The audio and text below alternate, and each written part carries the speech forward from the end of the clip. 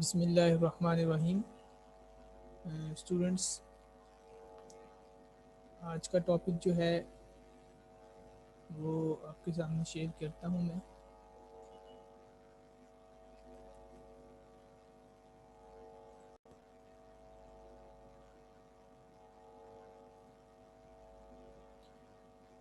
Last time linear equations solve की थी। 1 degree equation in 1 variable, first degree equation in 1 variable, और उसके कुछ रिमेनिंग क्वेश्चंस ये रहते हैं। इसमें से आप इसको सॉल्व करने की कोशिश करें, बिल्कुल वैसे ही सॉल्व होंगे। और अगर कुछ नहीं सॉल्व हो रहे तो आप मुझसे पूछ लीजिएगा, हेल्प ले लीजिएगा। तो आज जो टॉपिक है वो है second degree equation in 1 variable. तो स्टूडेंट्स, सेकंड डिग्री इक्वेशंस से मुराद वो इक्वेशंस हैं जिनकी हाईएस्ट पावर वेरिएबल की 2 हो। तो सबसे पहले इंट्रोडक्शन क्लास में डिग्रीज ऑफ इक्वेशन के बारे में ही बात की गई थी। तो जैसा कि आप ये देख सकते हैं कि यहाँ पर हाईएस्ट पावर जो है वो 2 है। तो हम ये कह सकते हैं कि ये सेकंड डिग्री इक्वेशन है। अच्छा, अब ये वेरिएबल है x, 1 वेरिएबल है। इस इक्वेशन में एक ही वेरिएबल यूज़ हो रहा है। अब इस वेरिएबल के साथ जो कुछ भी लिखा हुआ है, किसी वेरिएबल के साथ जो कुछ भी है a लिखा हुआ है, तो ये इसका कोफिशिएंट है। तो जब भी हम वेरिएबल की बात करते हैं, अब सेकंड डिग्री इक्वेशन की बात कर रहे हैं, तो सबसे पहले ये हाईएस्ट डिग्री 2 है, उसके बाद आगे देखें आप 1 है, उसके बाद c के साथ कुछ भी नहीं है यानी x की पावर 0, और x की पावर 0 का मतलब होता है, यानी x की पावर 0 का मतलब होता है 1। इसके साथ कुछ भी नहीं है तो यहाँ पर है x की पावर 0। x की पावर 0 होती है 1, तो यहाँ पर लिखने की ज़रूरत नहीं है, वैसे ही अंडरस्टूड है। ये 2 है तो यहाँ 1 है, तो यहाँ x की पावर 0 है। ठीक है, तो ये इसका सीक्वेंस होता है इक्वेशन का। तो सेकंड डिग्री इक्वेशन ये आपके पास आ गई है। तो इसमें हम जो नोट डाउन करेंगे चीज़ वो ये है कि जो हाईएस्ट पावर है वो 2 है, 2 के साथ जो कोफिशिएंट है वो उसको हम कहेंगे a, और जो उसके साथ जो हमारे पास 1 के साथ है उसको b कहेंगे, और जो लास्ट में x की पावर 0 के साथ है उसको हम c के साथ डिनोट करेंगे। अब यहाँ पर आगे मज़ीद आएँ तो यहाँ पर इन्होंने ये बताया हुआ है कि ए, बी और सी जो हैं वो यहाँ पर constant with the added provision that A is not equal 0। यानी कि ये जो वेरिएबल्स हैं ये इस टाइम 0 नहीं है, बाकी कोई नॉन ज़ीरो वैल्यूज़ के जो है टर्म्स हैं। तो अभी इनको सॉल्व करने का तरीका जो कि मैं आपको बताता हूँ, यानी टॉपिक का नाम जो है solving second degree equation in 1 variable. जिस तरह हमने लीनियर इक्वेशंस को सॉल्व किया था, तो मैंने आपको ये बताया था कि अगर आप linear equation in 1 variable solve करते हैं तो वो उसका एक ही रूट आएगा, यानी x की एक ही वैल्यू आएगी। और अब second degree equation in 1 variable मतलब सॉल्व कर रहे हैं, तो इसमें हमारे पास x की 2 वैल्यू आएंगी, यानी x के 2 रूट्स आएंगे। ठीक है, x के हों या वेरिएबल कोई भी हो सकता है, x y z, तो उसके सेकंड डिग्री में 2 रूट्स आएंगे। तो यहाँ से आप पहली इक्वेशन आप देखें कि हमारे पास जो है सबसे पहले एक इक्वेशन है, ये देखें, ये वाली इक्वेशन देखें, 6x² - 2x + 1 = 0। अब हम ये देखते हैं कि इसको किस तरीके से सॉल्व करना है। तो हमारे पास इसमें सबसे पहले जो नोट करने वाली चीज़ें हैं वो ये हैं कि यहाँ पर ये जो एक्स स्क्वायर के साथ टर्म है ये हमारे पास बन जाएगी ए, ये है हमारे पास बी, ये हमारे पास हो जाएगी सी। तो देखें ए हमारे पास जो है वो हमारे पास है 6, बी हमारे पास जो है वो है -2 और सी हमारे पास जो है वो है +1। तो गाइस यहाँ पर इसको सॉल्व करने के दो मेथड्स होते हैं, ठीक है। दोनों मेथड्स से हम क्वेश्चन को सॉल्व करेंगे। तो पहला मेथड जो है वो फैक्टराइजेशन है।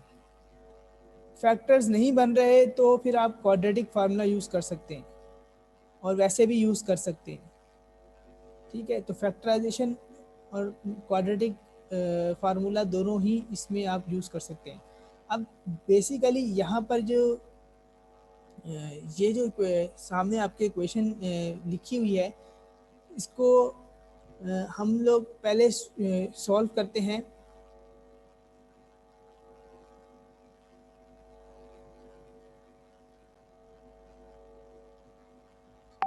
स्टूडेंट्स देखें यहाँ पर हमारे पास ये हैं तीन अलग अलग क्वाड्रेटिक की एग्जांपल्स इक्वेशंस की। देखिए हम इनको अलग अलग कैटेगराइज कर देते हैं। ये भी वही है क्वाड्रेटिक की इक्वेशन, ये भी क्वाड्रेटिक की इक्वेशन है, ये भी क्वाड्रेटिक की ही टाइप है। ये तीन अलग अलग किस्म की इक्वेशंस हैं, ठीक है। अब हम पहचानते किस तरह है कि बस हाईएस्ट पावर 2 होनी चाहिए, इससे बड़ी नहीं हो। हाईएस्ट पावर को हम देखेंगे तो ये भी, इसकी हाईएस्ट पावर भी 2 है, इसकी हाईएस्ट पावर भी 2 है, ठीक है। तो अब आगे मज़ीद इससे आगे चलते हैं। ये तो आपने एग्जांपल्स देख ली, ठीक है। अब इसके मज़ीद आगे जाएंगे तो हम इनके सॉल्यूशन भी देख लेते हैं।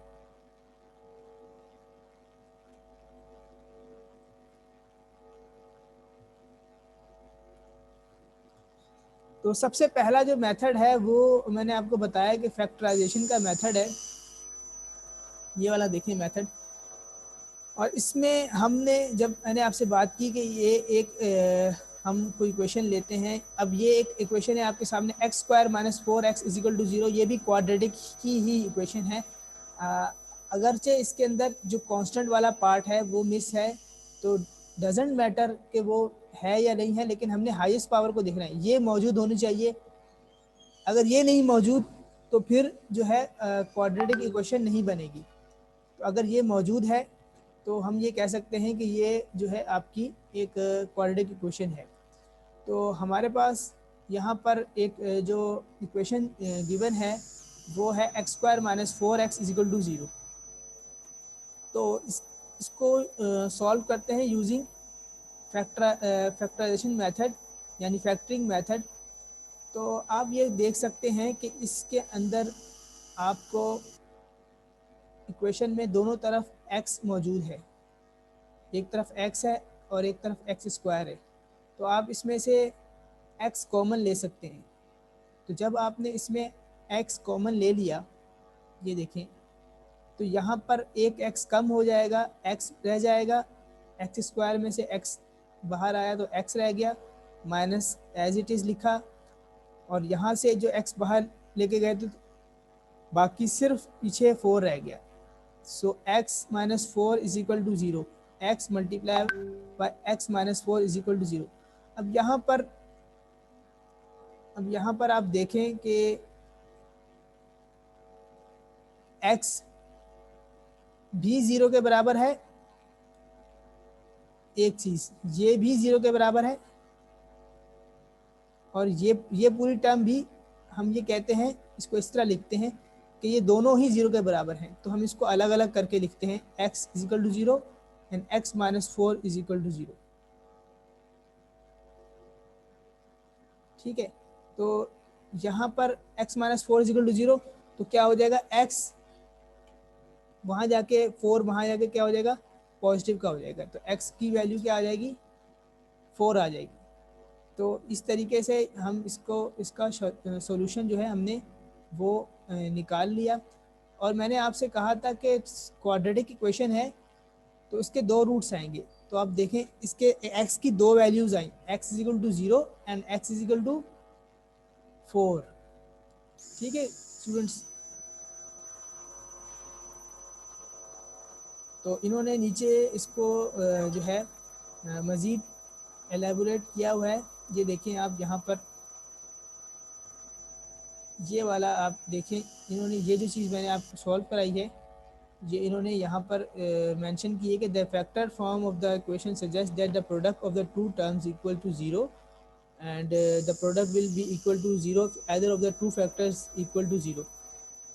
तो जो मैंने आपको अभी सॉल्व करवाया है, तो इसमें ज़ीरो, एक आंसर ज़ीरो आया है x इक्वल टू 0 और एक आया है x इक्वल टू 4, यानी जो ब्रैकेट में जो थे दो टर्म्स वो दोनों ही 0 के बराबर थी, तो हमने उनको अलग अलग करके लिख दिया।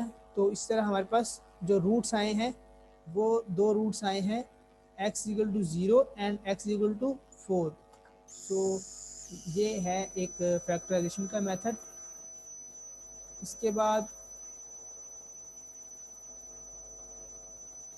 मज़ीद कुछ एग्जांपल्स देखते हैं हम। अब वो ही इक्वेशन आ गई जो हमने शायद ऊपर देखी थी पहले, सबसे पहले। अब आप इस इक्वेशन को ज़रा एक नज़र देखें। X square plus 6x plus 9 is equal to 0। तो यहाँ पर मैं एक चीज़ आपको बताता चलूँ, ये अगर फैक्टराइजेशन के मेथड से करना है तो वो वाला मेथड सबसे पहले मैं आपको बताता हूँ फैक्टराइजेशन के मेथड से किस तरीके से सॉल्व करते हैं। ये मैंने आपको बताया है कि ये क्वाड्रेटिक इक्वेशन दो मेथड से सॉल्व हो सकती है, either factorization and either quadratic formula. तो दोनों से ही मैं आपको बताऊंगा करना सॉल्व। तो सबसे पहले अभी हम फैक्टराइजेशन मेथड कर रहे हैं। तो फैक्टराइजेशन के अंदर जब इस तरीके की वैल्यूज़ आ जाएं तो आप ये देखें, हम मिडल टर्म ब्रेकिंग, एक फार्मूला है मिडल टर्म ब्रेकिंग टेक्निक है, उसको यूज़ करते हैं। यानी ये है मिडल टर्म, इसको हम बोलेंगे middle term. Middle term break करनी है तो मिडल टर्म को इस तरीके से ब्रेक किया जाता है कि अगर उसको सम किया जाए, यानी वो जो दो टुकड़ों में आपने उसको ब्रेक किया है, अगर उसको सम अप किया जाए यानी उनको ऐड किया जाए तो वो दोनों टर्म्स मिलके मिडल टर्म जो आपने बनाई है वो बन जाए। और अगर उनको उन दो टर्म्स को मल्टीप्लाई किया जाए तो वो क्या बन जाए, जो उनकी लास्ट जो टर्म्स हैं, यानी 9 है और इधर कुछ नहीं है, इधर कुछ नहीं है तो 1 है। ठीक है, अगर इन दोनों को मल्टीप्लाई किया जाए आपस में तो वो क्या बन जाए, मिडल टर्म बन जाए। ठीक है, अभी इसकी मैं आपको एक एग्जांपल करके बताता हूँ।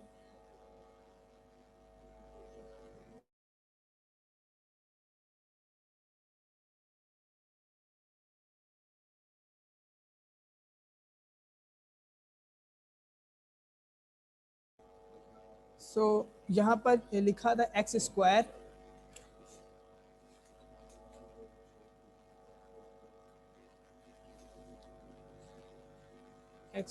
लिखा हुआ है plus 2x, sorry plus 6x plus 9 is equal to 0। अब हम करने जा रहे हैं इसकी मिडल टर्म ब्रेकिंग।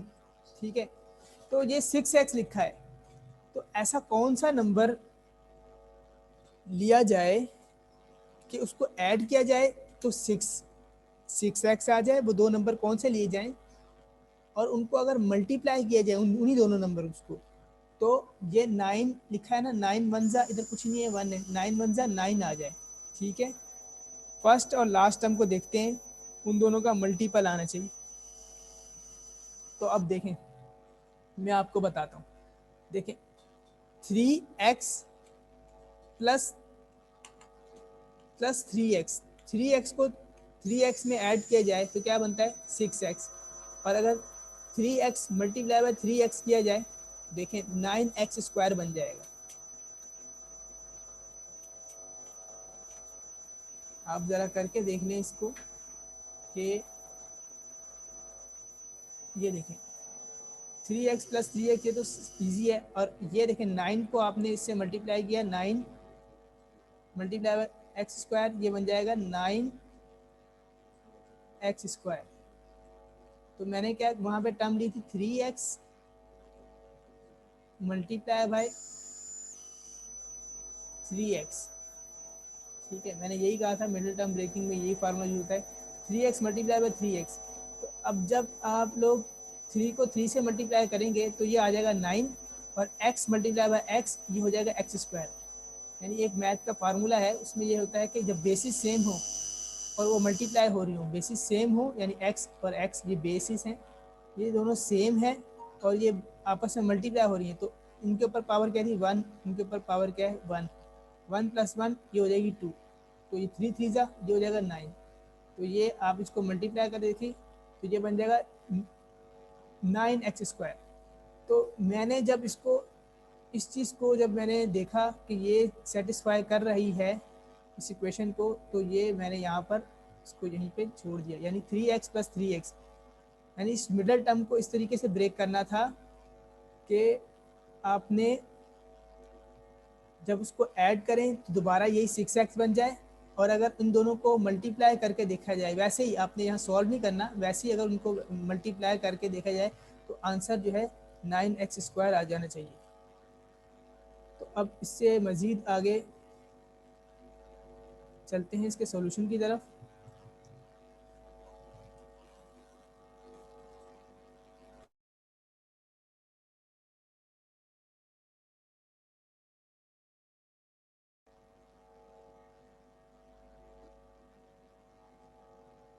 तो स्टूडेंट्स यहाँ से दोबारा कंटिन्यू करते हैं।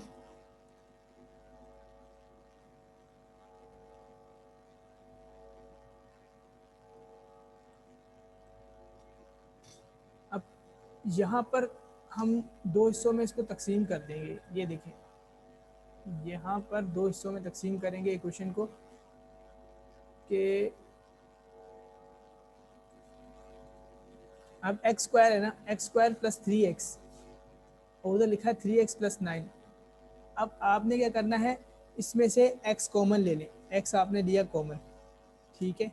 तो यहाँ पे एक्स स्क्वायर था तो खाली एक x बच गया, और प्लस इधर था 3x, तो इसमें से भी आपने कॉमन लिया था तो यहाँ रह गया 3, सिर्फ यहाँ तक आपने कॉमन लेना है, ठीक है।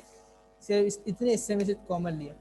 अब आप आगे आ जाए, यहाँ पर 3x प्लस 9 है, तो कॉमन 3 के टेबल से ही कॉमन बन रहा है, x तो सिर्फ एक ही है, तो आपने 3 कॉमन ले लिया इस पूरी स्टेटमेंट के अंदर। देखें तो 3 कॉमन लिया, अंदर रह गया x क्योंकि 3 बाहर आ चुका था, और प्लस 9 है तो आपने 3 कॉमन लिया, 3 3 जा 9, फिर स्टेटमेंट पूरी मुकम्मल हो गई, इज इक्वल टू 0। अब आप ये देख सकते हैं कि मैंने कॉमन कहाँ से लिया, मैं दोबारा थोड़ा सा बता देता हूँ कि जब आप ये करेंगे तो ये जब 4 इसमें आ जाएंगे, मतलब 4 पूरी इसके अंदर वो बन जाएंगी, पेयर्स बन जाएंगे, 2 पेयर, तो आप एक एक पेयर से में एक एक पेयर में से आप कॉमन लेंगे।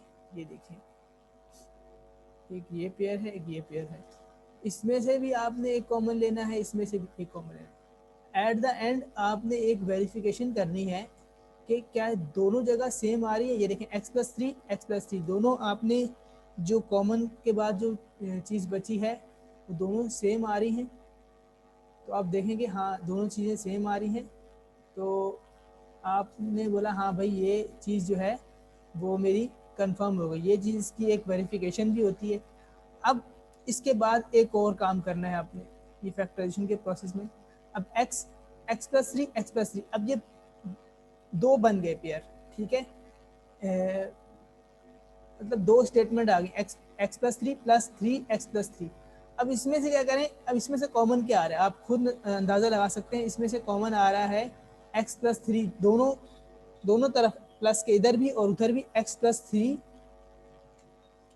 दोनों तरफ ही मौजूद है। तो जब आपने x प्लस 3 कॉमन ले लिया, x प्लस 3 को आपने एज अ कॉमन ले लिया, तो पीछे क्या बच गया, पीछे रह गया इधर से पहली तरफ से x और दूसरी तरफ से खाली 3 रह गया। तो x+3 ये कॉमन लेने के बाद ये बच गई वैल्यू।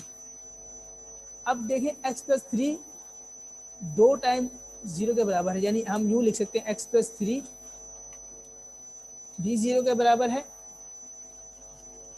और एक और टर्म है x+3 वो भी 0 के बराबर है। तो हम कहेंगे x+3 0 के बराबर है, तो वो वहाँ जाके x -3 का हो जाएगा। ये देखिए मैं आपको करके दिखाता हूँ। x इक्वल टू जहाँ प्लस का 3 है वहाँ जाके क्या हो जाएगा, x इक्वल टू -3, और उस तरफ भी यही चीज़ हो जाएगी।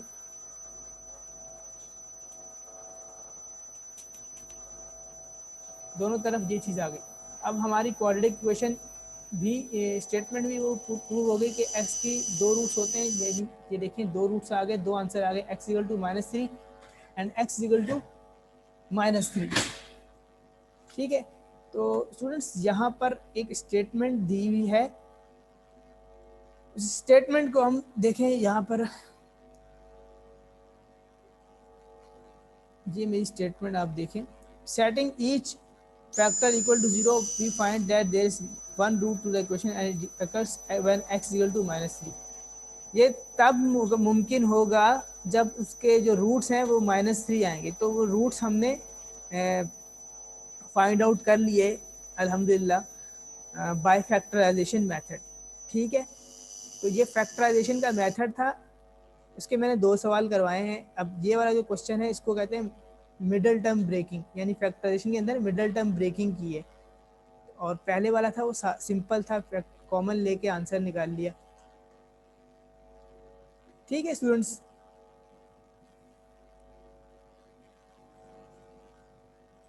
अब हम लोग चलेंगे एक और टॉपिक की तरफ जिसका नाम है quadratic formula. Quadratic formula,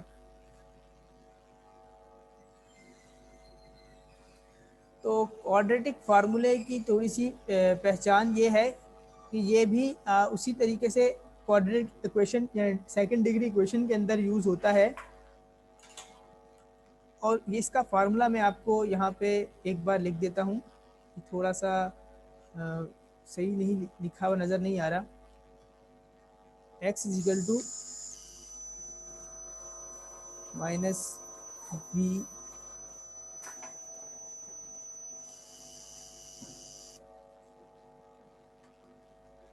plus minus कह लें प्लस माइनस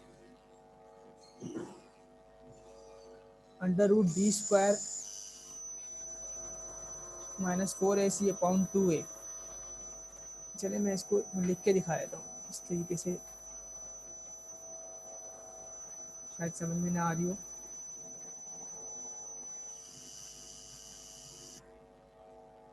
फार्मूला यूं करके x equal to -b plus minus √ में है b² -4ac अपॉन 2a। ये वैसे ही स्टूडेंट्स फार्मूला हम छोटी क्लासेस में भी प्राइमरी एंड सेकेंडरी सेक्शन में इसका इंट्रोडक्शन हो जाता है। फिर भी ये हम किसी को नहीं मालूम अगर, तो फिर भी इसको दोबारा से हम रिवाइज करवा देते हैं। तो सबसे पहले मैंने आपको यही चीज़ बताई थी कि क्वाड्रेटिक इक्वेशन के अंदर जो पहली जो टर्म होती है, जो फर्स्ट टर्म होती है, हम उसको जो x² के साथ हाईएस्ट जो वेरिएबल के साथ जो होती है उसको हम a कहते हैं, ये a है। उसके बाद जो है x के साथ है वो b है, और जो कांस्टेंट है अलहदा से लिखी हुई है यानी, तो उसको हम c कहते हैं। तो ये देखिए हाईएस्ट पावर ये 2, उसके बाद 1, उसके बाद x की पावर 0 वो कांस्टेंट के साथ आ जाती है। तो अभी इसकी एक एग्जांपल करते हैं तो ये चीज़ क्लियर हो जाएगी। फार्मूला आप नोट कर लीजिएगा, -b plus minus √b² -4ac upon 2a। अब हम इसके एक अदद एग्जाम्पल की तरफ जाते हैं।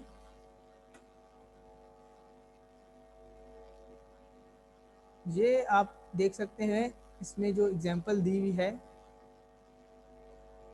X square minus 2x minus 48 is equal to 0। तो अब आप क्या कहते हैं कि यहाँ पर a क्या है, b क्या है और c क्या चीज़ है यहाँ पर। तो यहाँ पर इन्होंने वैसे ही बता दिया, आप देख सकते हैं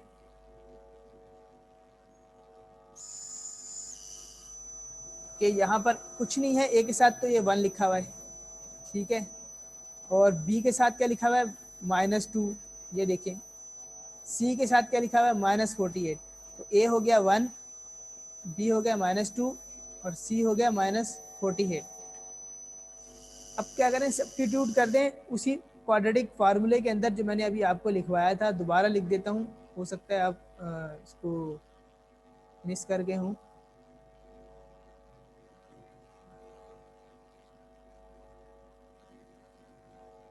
फार्मूला है x equal to -b plus minus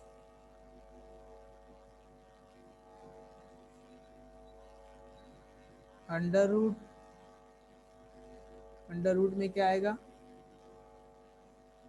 b square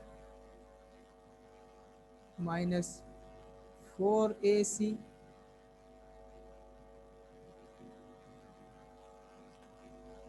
और डिवाइड में क्या आएगा,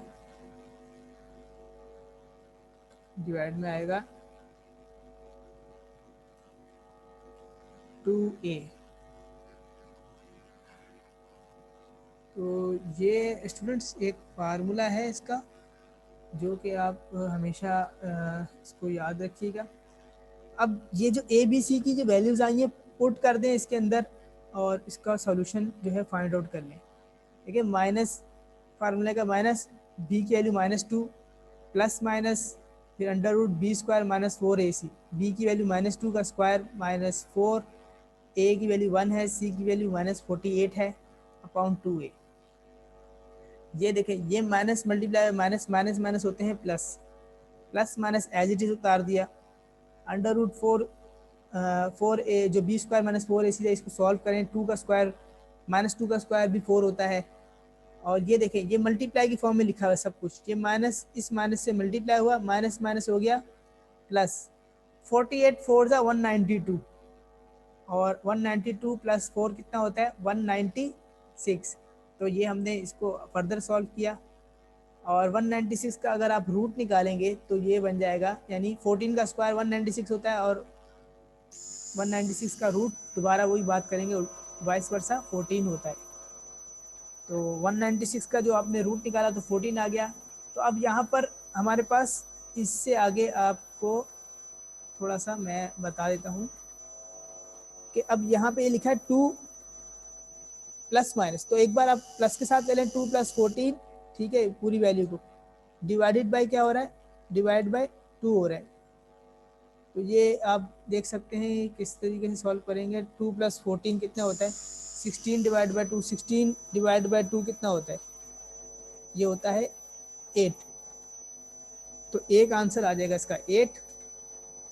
और दूसरे में आप ये करेंगे 2 माइनस 14 कर लें, अब की बार एक बार प्लस ले लिया, एक बार माइनस लेंगे, बाकी एज इट इज बता देंगे।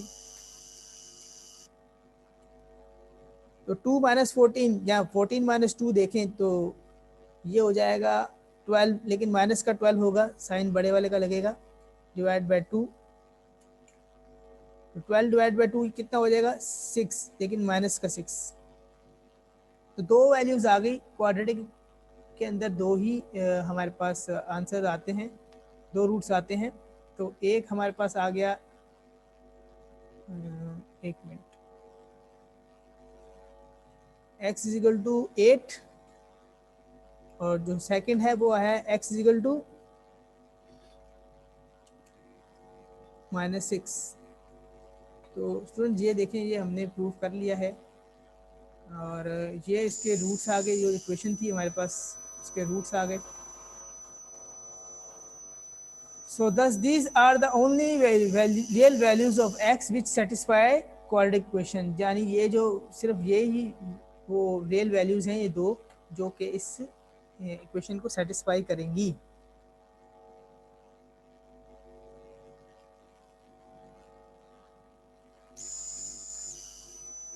तो students, so far so good. I think ये वाला क्वाड्रेटिक की एग्जांपल आप लोगों को क्लियर होगी.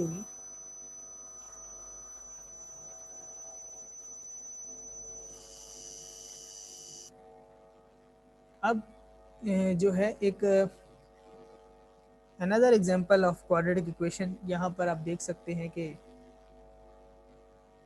ये क्वाड्रेटिक की इक्वेशन लिखी है. यहीं से आप देख के पहचान जाएंगे ये क्वाड्रेटिक इक्वेशन है. पावर हाईएस्ट 2 होगी. फिर उसके बाद अगर देखें आप आगे x की पावर 1, x की पावर 0, ये तीनों चीज़ें गिवन हैं. बस सबसे पहले जो देखने की चीज़ होगी वो ये है कि हाईएस्ट पावर 2 होनी चाहिए, तब हम इसको क्वाड्रेटिक मान लेंगे.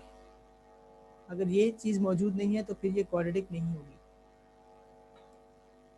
तो यहाँ पे इसकी कोफिशिएंट क्या है? यहाँ पे कोफिशिएंट इसका कुछ नहीं है, तो 1 है. b क्या है? -2 है. c क्या है? खाली 1 है.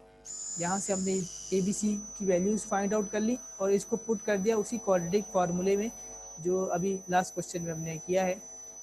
-b plus minus √b² -4ac upon 2. उसको सॉल्व किया. 4 - 4 देखें ये 0 हो जाता है, √0. √0 का आंसर भी 0 ही आएगा. तो 2 + -0, तो 2 + 0 डिवाइड बाई 2. तो 0 ऐड करें तो कोई वैल्यू में कोई फ़र्क तो नहीं आएगा. 2 डिवाइड बाई 2 यानी इसका आंसर 1 आएगा. तो इसके सेम रूट आ रहे हैं 1, यानी इसको बोलते हैं, ऐसी चीज़ को बोलेंगे रेडिकल्स जो हैं, ये रेडिकल्स हो गए. Since the radicals equal to 0, the use of the sign plus minus sign result in the same root. अगर आप प्लस माइनस का साइन भी यूज़ करके देख लें तब भी आंसर सेम आएगा. तो इस तरीके से भी हो सकता है. कोई आप ये नहीं कहिएगा कि इसके तो 2 आंसर आने चाहिए थे, तो एक ही क्यों आ रहा है. तो दोनों से ही आप करके देख लीजिएगा, आंसर दोनों टाइम ही 1 आएगा. तो हम इसको यहाँ पे अगर लिखना चाहें तो ये कह सकते हैं कि x = 1 and also second root भी हमारे पास x = 1 ही आ रहा है. जो उसके रेडिकेंट है वो इक्वल टू जो 0 है, यानी अंडर रूट में जो वैल्यू आई है, so the plus minus sign results in the same root. तो ये एक दूसरी इसकी एग्जांपल थी क्वाड्रेटिक इक्वेशन की.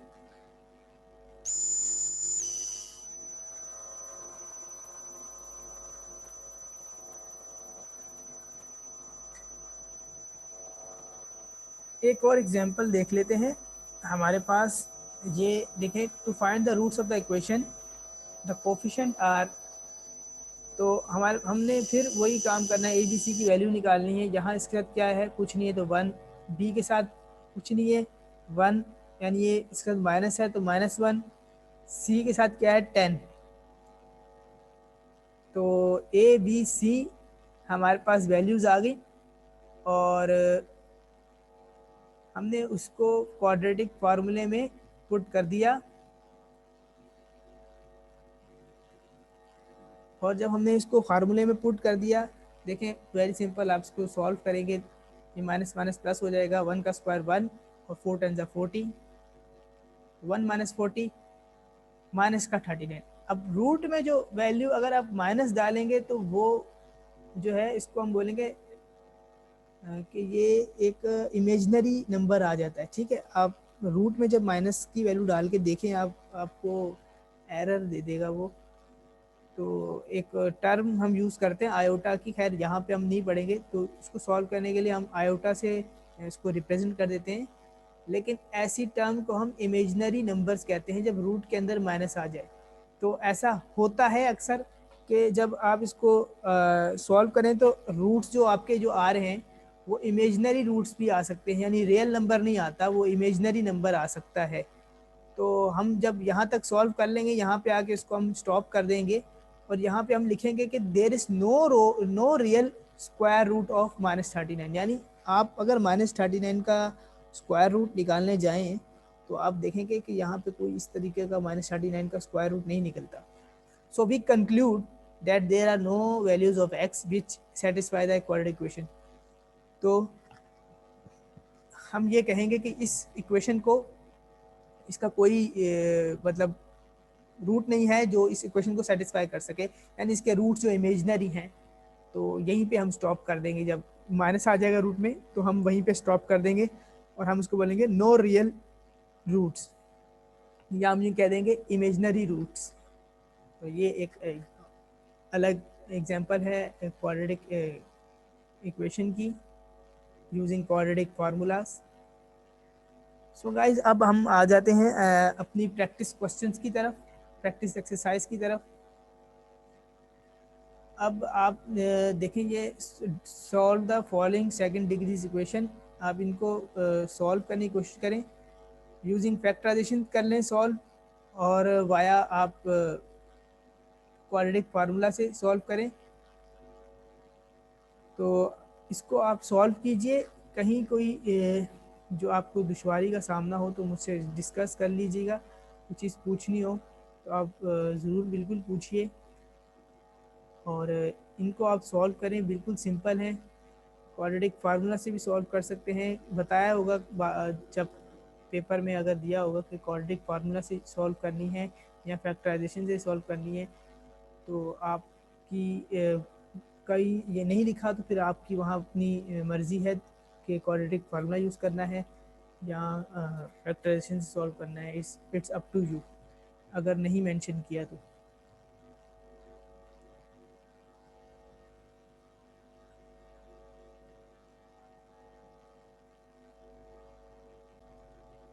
अच्छा, यहाँ पर एक चेक है छोटा सा, अगर आप ये चेक करना चाहते हैं कि हमारे रूट्स की क्या रियल हैं या इमेजनरी हैं, तो एक डिस्क्रिमिनेंट है, इसको कहते हैं डिस्क्रिमिनेंट इक्वेशन। तो ये भी क्वाड्रेटिक का पार्ट ही है, छोटा सा p² - 4ac खाली।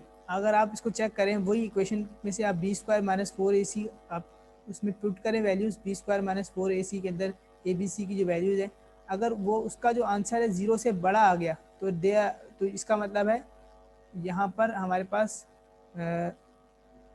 दो रियल रूट्स होंगे। और अगर वो बराबर आ जाए 0 के, इक्वल टू 0 आ जाए, तो उसका मतलब है ओनली वन रियल रूट है।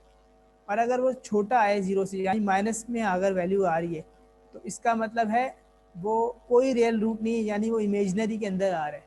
तो ये एक चेक है, इसको आप चेक कर सकते हैं, यानी इस फॉर्मूले में आप पुट करें, डिस्क्रिमिनेंट इसको कहा जाता है b² माइनस, ये अब देखें b² माइनस 4ac में अगर आप पुट कर दें तो आपको इसमें b² माइनस 4ac, आप कोई भी जो क्वाड्रेटिक इक्वेशन है सबसे पहले इसमें पुट करके देख लें, आपको डायरेक्ट ही पता लग जाएगा नौयत इसकी कि ये आया। अगर इसका जो आंसर है, जो भी आंसर है वो ग्रेटर देन 0 हुआ तो दो रियल रूट्स होंगे इसके, और अगर इक्वल टू 0 हुआ यानी 0 के बराबर हो गया तो वन रियल रूट है, और अगर लेस देन 0 हुआ यानी 0 से छोटा, यानी माइनस में कोई वैल्यू हुई, यानी -1 -2 -3 या कुछ भी हो माइनस में अगर है, तो माइनस का मतलब है आपके पास नो रियल रूट्स हैं, मतलब इमेजनरी नंबर में आपका आंसर आएगा, रूट्स नहीं आएंगे। ठीक है, ये सारी चेक करने का एक प्रोसीजर है।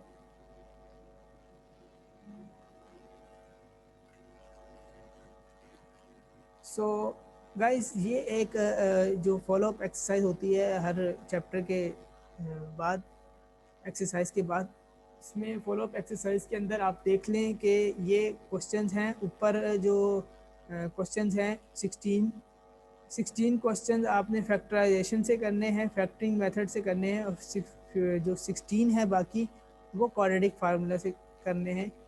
और ये आप वैसे ही अपनी प्रैक्टिस के लिए सॉल्व करें बस।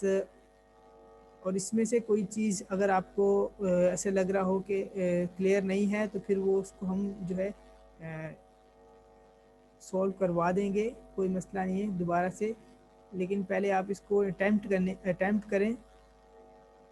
अटैम्प्ट करने के बाद अगर कोई क्यूरी है तो हम उसको रिजॉल्व कर लेंगे। ठीक है, तो क्वाड्रेटिक फार्मूला और फैक्टराइजेशन दोनों मेथड से आपने इसको सॉल्व करना है।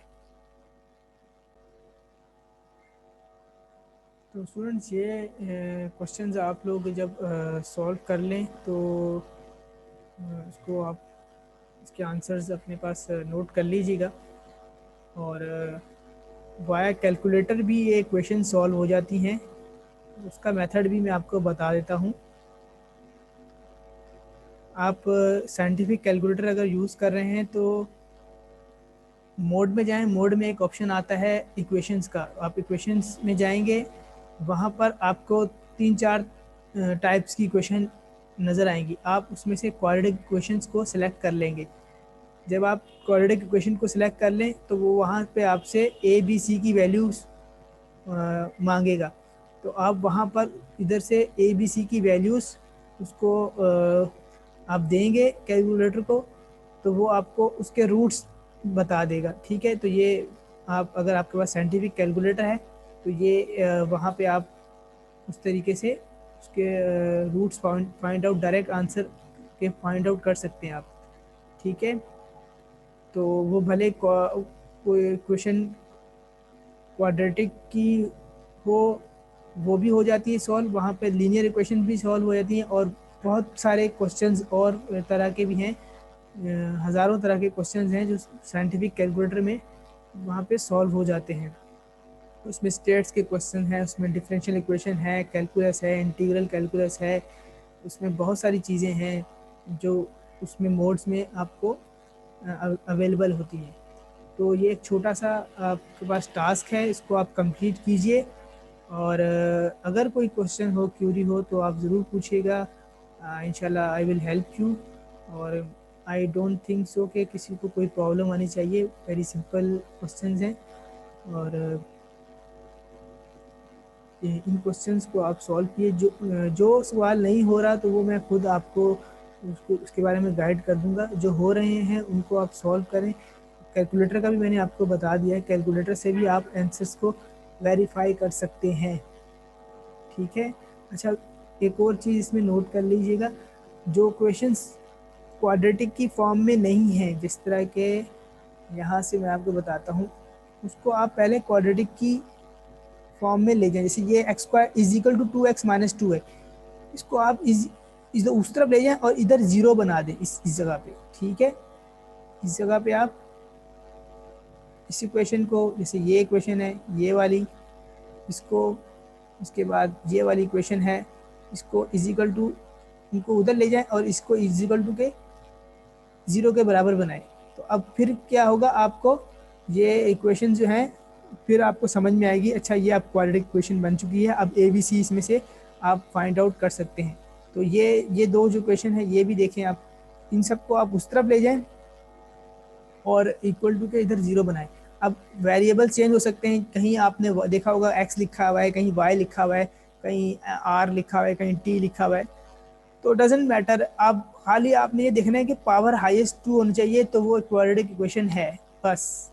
ठीक है, तो ये दो क्वेश्चंस भी आप देखें, इन दोनों को, इन सब क्वेश्चंस को, ये 6 क्वेश्चंस हैं मैंने यहाँ देखी हैं, इनको आप इक्वल टू के उस तरफ लेके जाएं और फिर ये ए बी सी की फॉर्म में आपको सही मिल जाएंगी, यानी इक्वल टू 0 के हिसाब से फिर आप इसको सॉल्व कर सकते हैं। वेरी सिंपल है, बहुत कोई मसला नहीं है इसमें। ठीक है, तो ये छोटी सी गाइडलाइन थी, और इसके बाद फिर इंशाल्लाह ताला नेक्स्ट टाइम हम अगला टॉपिक करेंगे, इनइक्वालिटीज़ एंड देयर सॉल्यूशंस। ठीक है।